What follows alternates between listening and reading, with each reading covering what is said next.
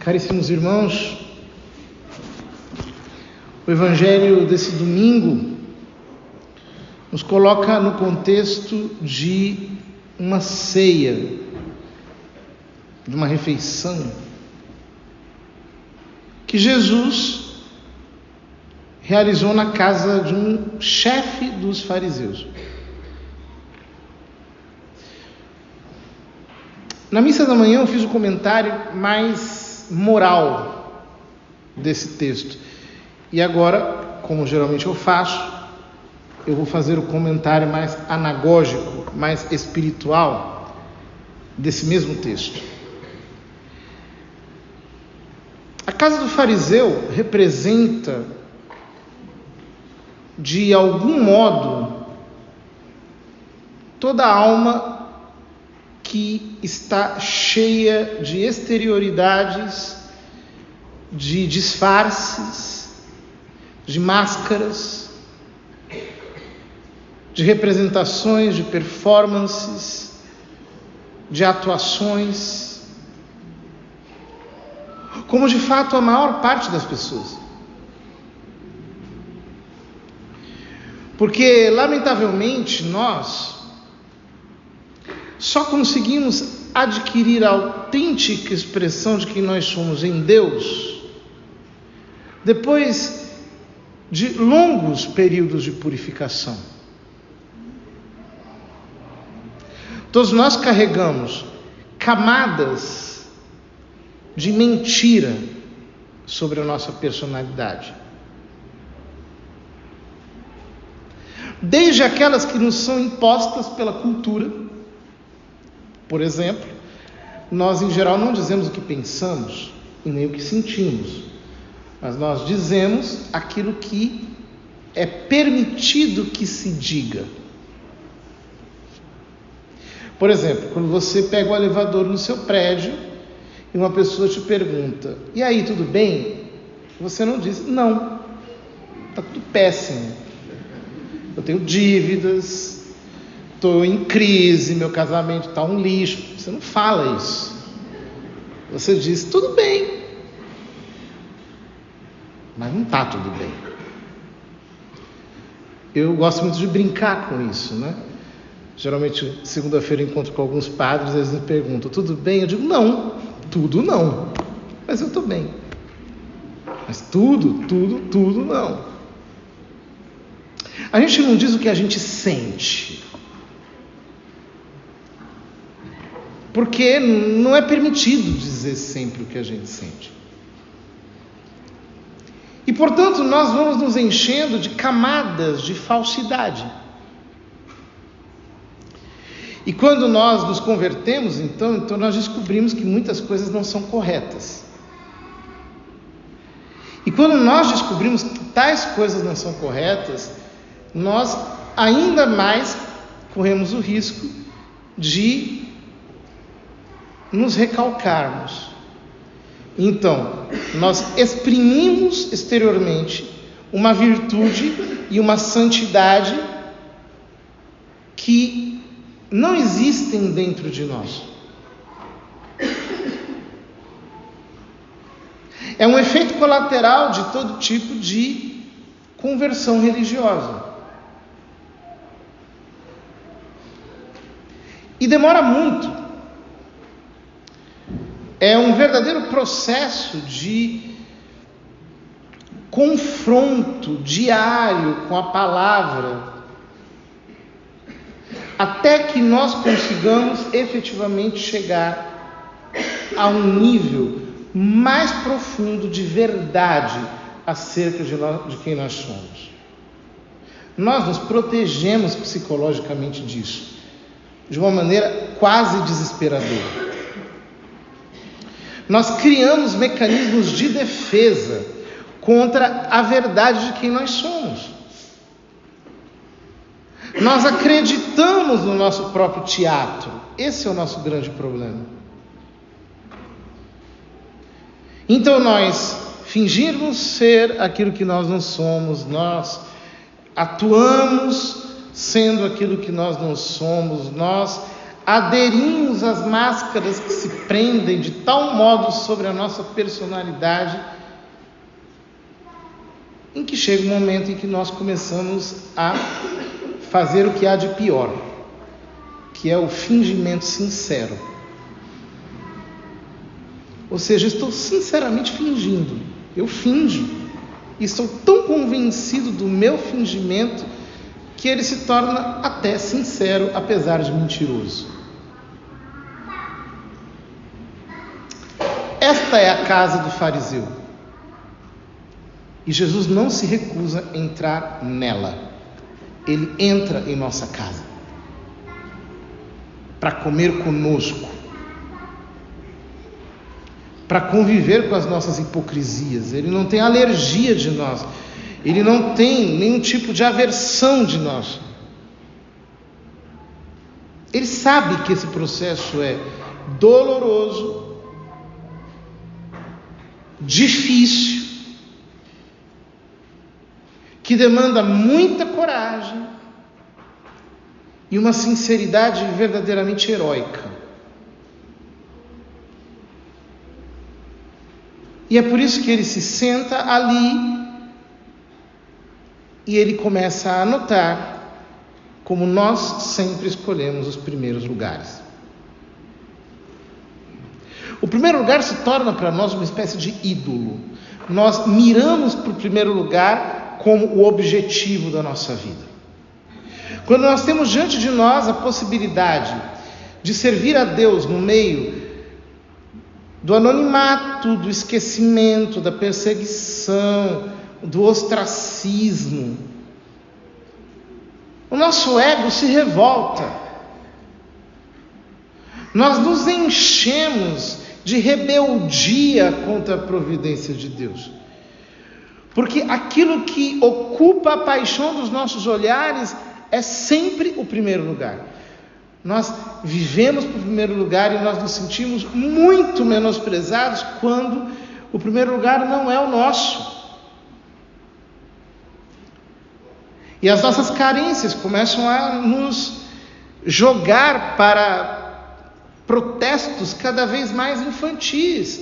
E nós dizemos, não, tal pessoa não olhou na minha cara, tal pessoa não falou comigo, tal pessoa gosta mais dos outros do que de mim.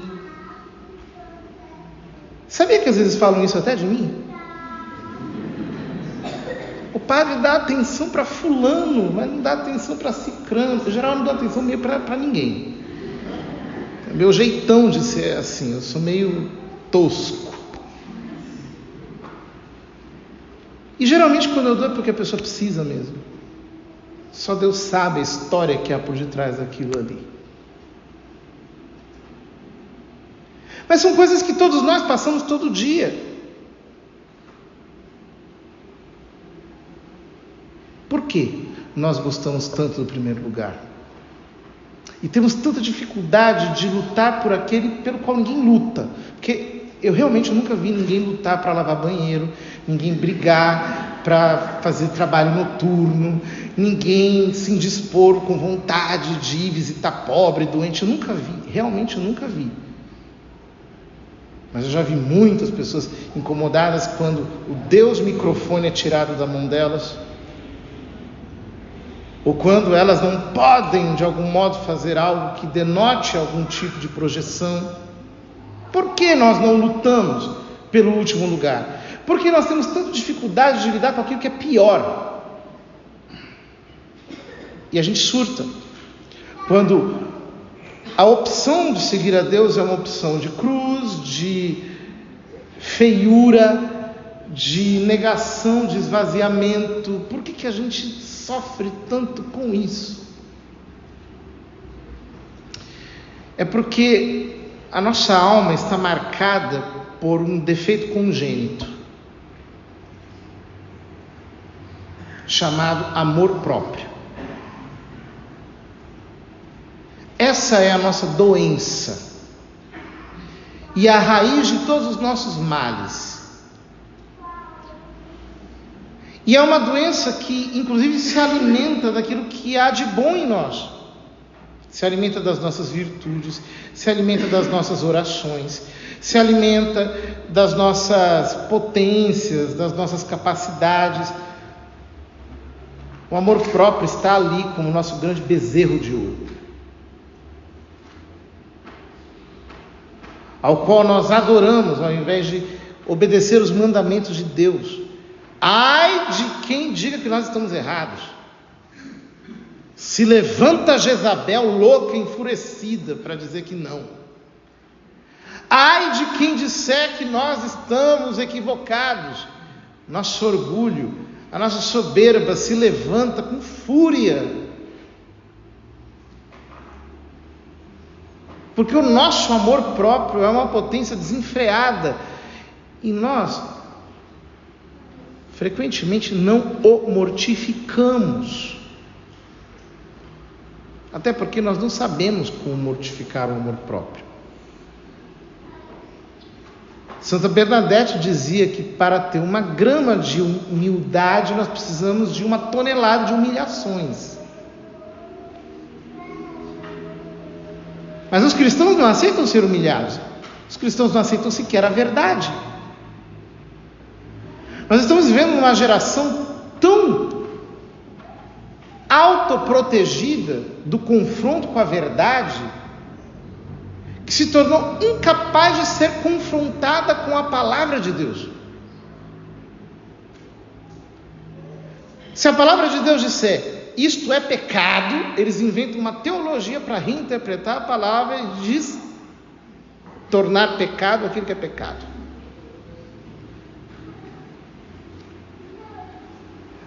Nós vivemos numa geração que não aceita o confronto, e por isso uma geração fadada ao orgulho infantil. E isto é o oposto da atitude fundamental do homem que sabe o que é a redenção. Por quê? Porque aos pés da cruz ninguém é nada. Todos pecaram e estão privados da glória de Deus. E a justificação se dá gratuitamente. Aos pés da cruz todos somos culpados. São Paulo diz que Deus encerrou a todos debaixo da desobediência para com todos usar de misericórdia. Mas se eu não sei que eu sou pecador, miserável, se eu não levo isso a sério, porque é fácil alguém dizer, sim, eu sou pecador, retoricamente. Mas é muito difícil alguém aceitar e assimilar psicologicamente a verdade de que nós somos verdadeiramente pecadores. Ou seja, eu não tenho direito de levantar a cabeça diante de Deus. Na presença dele, o meu lugar sempre será o último. Porque ele é santo, eu sou pecador. Não há nada mais distante da santidade de Deus do que um pecador. Ele é o oposto. Ele é o contrastante. Ele é aquele que antagoniza quem Deus é. Eu sou pecador. Eu não sou nada. É por isso que eu preciso de um Salvador. Porque eu me não posso salvar. Necessito dele. Mas se eu me sinto bom, se eu me sinto ótimo, se eu acho que está tudo bem, que Cristo para mim é apenas um elemento de melhora, um aditivo, uma vitamina que eu consumo para me deixar um pouquinho melhor, se eu encaro a redenção assim, eu simplesmente não abri o meu coração para a fé. Por quê? Eu preciso admitir o fato de que eu sou pecador. Pecado não é algo que eu faço. Pecador é aquilo que eu sou. É algo que incide no meu ser, que nasce de mim. Por isso, arrependimento para mim não é nunca algo que tenha a ver com coisas que eu faço. Arrependimento é de quem eu sou. Eu não sou digno diante dele. Diante dele eu sou pó e cinza. Diante dele eu não sou nada. E por isso eu preciso, diante dos seus olhares santos, me comportar com atitude verdadeiramente modesta. Daquele homem, daquele publicano mencionado por Jesus no Evangelho de São Lucas, que não conseguia olhar para cima, mas batia no peito dizendo: Senhor, tem de piedade de mim, porque sou pecador. E Jesus disse acerca dele, e ele voltou para casa justificado. Quando a humildade teologal, não é uma humildade meramente humana, de quem se considera igual aos outros, a humildade teologal, de quem se sabe verdadeiramente nada diante de Deus, entra em nós, é aí que nós começamos o nosso verdadeiro processo de libertação. Porque enquanto o orgulho tiver raízes em mim, eu ainda sou um escravo do diabo.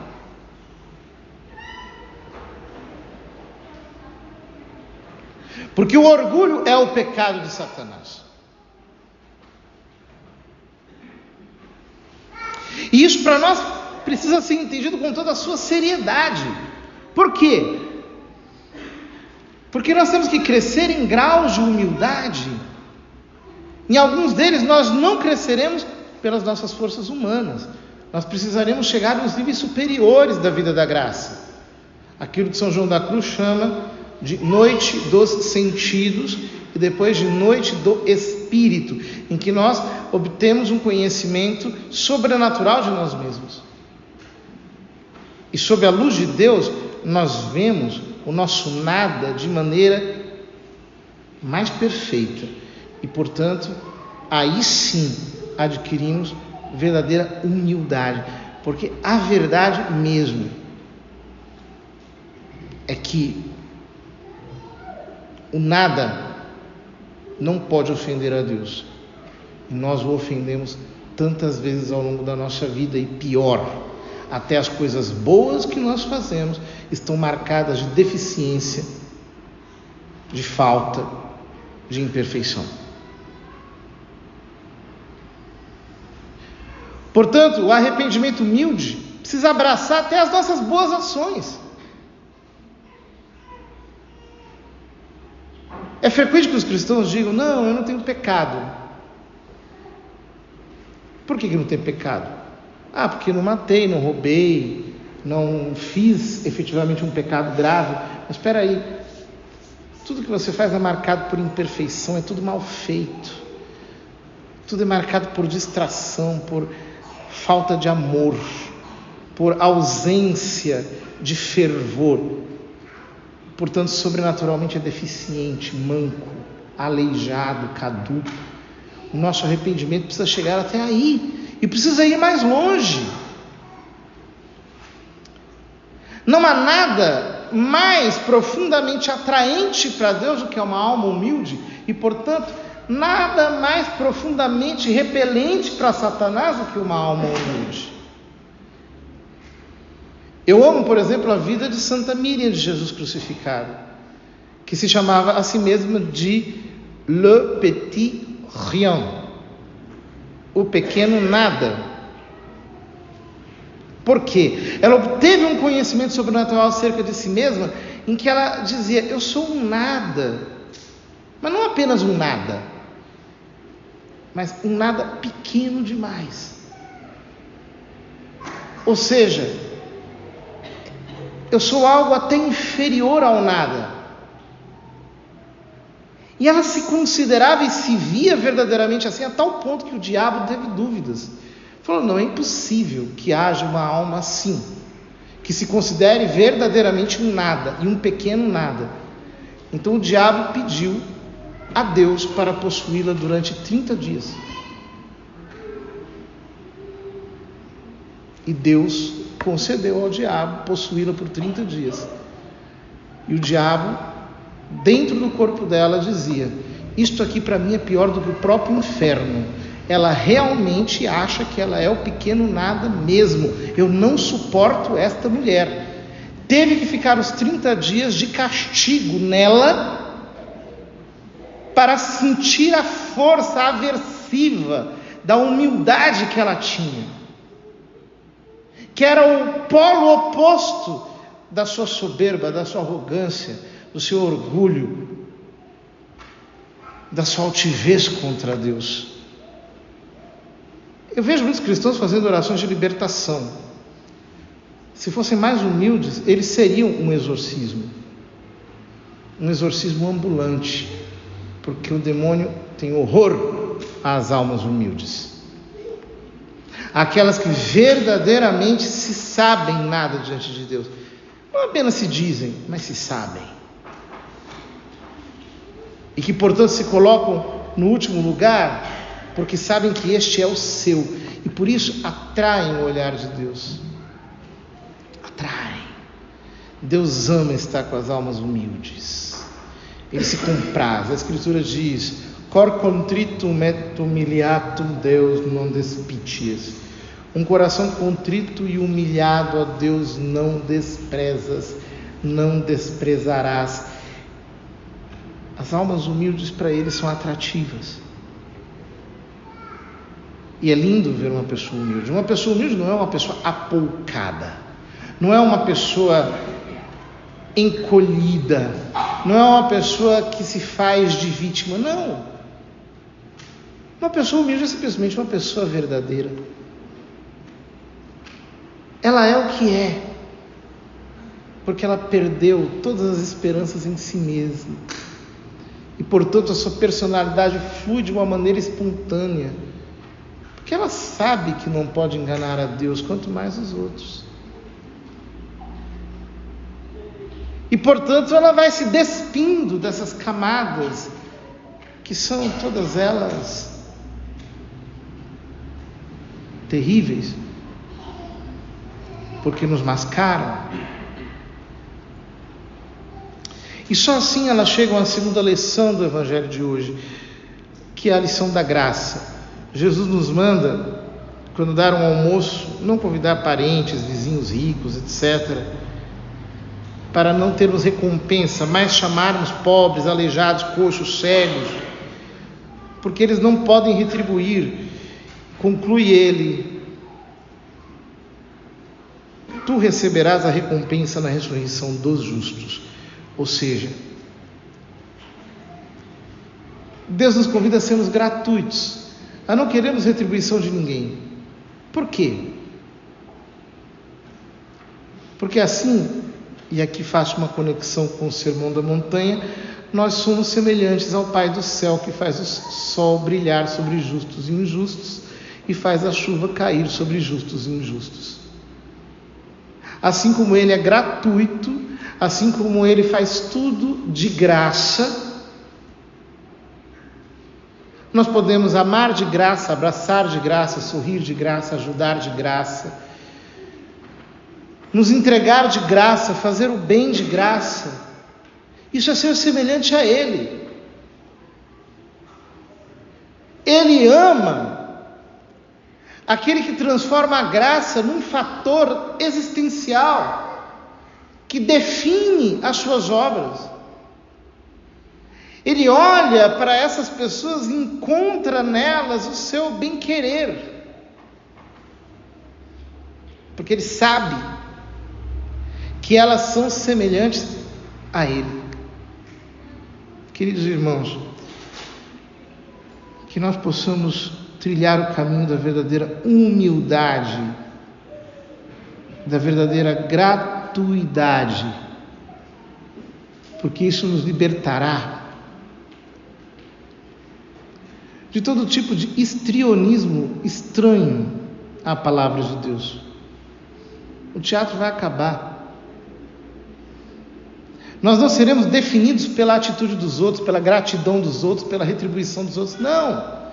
A bondade vai fluir do nosso coração de maneira espontânea. Por quê? Porque nós sabemos que nós não merecemos nada. Tudo nos é dado por livre concurso da sua bondade. então com Ele nós aprendemos a ser bons. Que o Senhor nos sustente com a sua graça e que nós, de fato, aprendamos as lições da humildade, da gratuidade. E assim, aos pés dele, a nossa oração vai fluir de uma maneira maravilhosa. Ele encontrará sua alegria em nós. Ele nos olhará com prazer.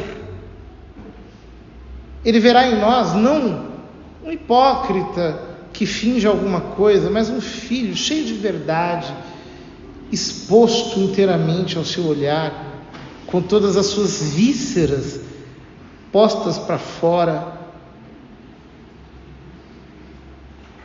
Ele olhará para nós e encontrará filhos que são semelhantes a Ele, porque sabem amar sem esperar nada em troca.